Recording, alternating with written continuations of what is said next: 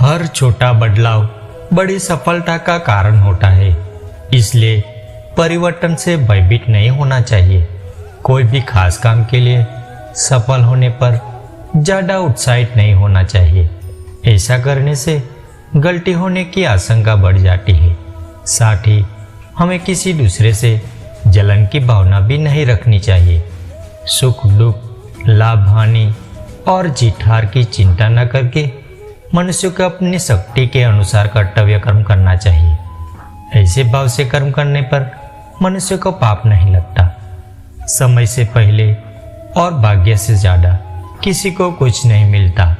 इसलिए हमें फल की चिंता न छोड़ के कर्म करना चाहिए। कर्म वही फसल है जिसे हमें हर हाल में काटना ही पड़ता है। इसलिए हमेशा अच्छे बीज बोए ताकि फसल अच्छी हो। अहंकार चाहे किसी भी चीज का हो, सर्वनाश करके ही छोड़ता है। जहाँ जिसका दाना रहता है, समय उसे को वहाँ बुलाता है। कोई किसी का दिया नहीं खाता। हर व्यक्ति अपने नसीब का खाता है। जो आने वाला कल है वो हमेशा गुजरे हुए कल से बेहतर होगा। यही एक सोच तुम्हें जीवन में कभी निराश नहीं होने देगी। गीता में लिखा, तुम इस संसार में किसे खोने से डर रहे हो, जबकि इस संसार में तुम्हारा कुछ है ही नहीं। मनुष्य का जीवन केवल उसके कर्मों पर चलता है। जैसा कर्म होता है वैसा ही उसका जीवन होता है। छल कपट और पाप का फल इसी धरती पर भुगतना पड़ता है। याद रखना, समय किसी को क्षमा नहीं करता। हमेशा सत्य और धर्म के पक्ष के साथ खड़े रहे, भले ही आपको अकेला क्यों न रहना पड़े। जिस दिन सत्य के साथ अकेले खड़े होने का साहस आ गया, उस दिन से आपको दुनिया में कोई हरा नहीं सकता।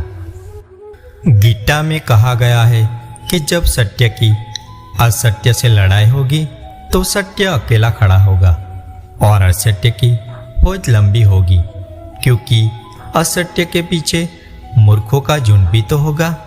ज्ञान धन से उत्तम है, क्योंकि धन की तुम्हें रक्षा करनी पड़ती है, पर ज्ञान तुम्हारी रक्षा करता है। मूर्खों को कभी भी भूलकर भी ज्ञान नहीं देना चाहिए। वो उनके लिए विष के समान कड़वा होता है। फल की अभिलाषा छोड़कर कर्म करने वाला पुरुष ही अपने जीवन में सफल बनता है। तेरा मेरा करके एक दिन चले जाना है। जो भी कमाया है यही रह जाना है। कर ले कुछ अच्छे कर्म, साथ यहीं तेरे जाना है।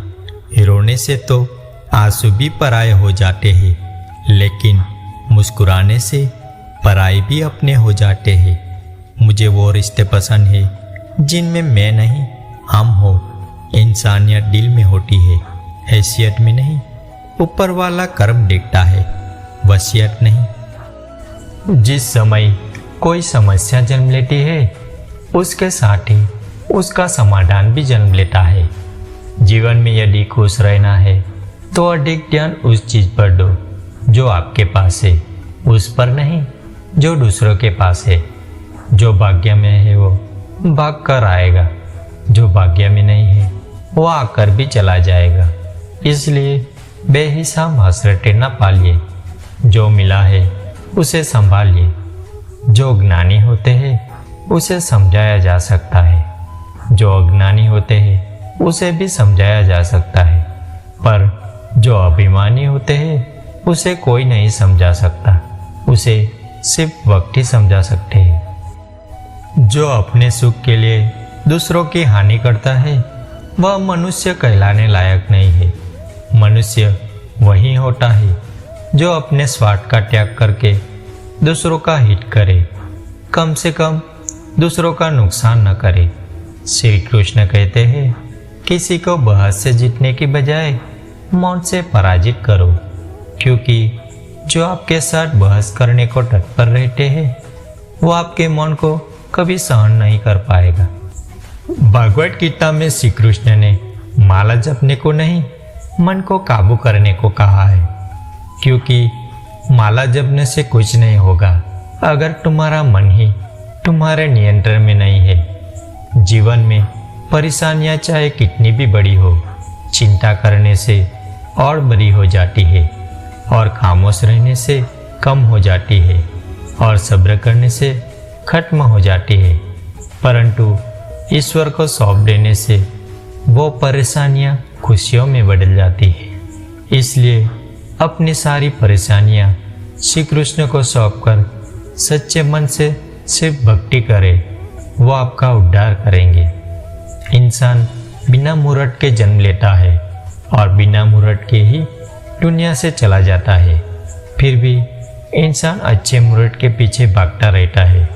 अगर विचार हमारे अच्छे हो और व्यवहार हमारे सच्चे हो तो कोई भी कार्य बुरा नहीं हो सकता।